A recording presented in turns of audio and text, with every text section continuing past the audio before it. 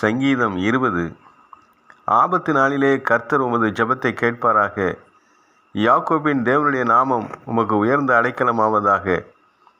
அவர் பரிசுத்த ஸ்தலத்திலிருந்து உமக்கு ஒத்தாசை அனுப்பி சீயோனிலிருந்து உம்மை ஆதரிப்பாராக.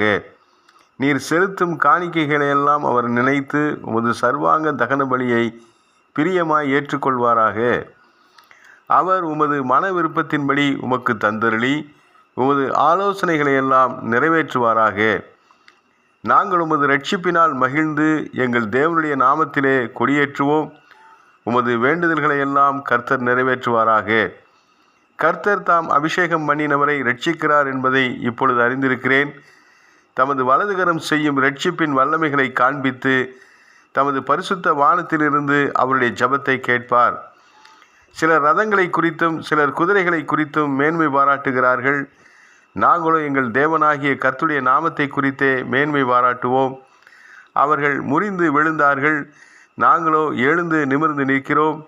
கர்த்தாவே இரட்சியும். நாங்கள் கூப்பிடுகிற நாளிலே ராஜா எங்களுக்கு செவி கொடுப்பாராக. கர்த்தருக்கு ஸ்தோத்திரம்.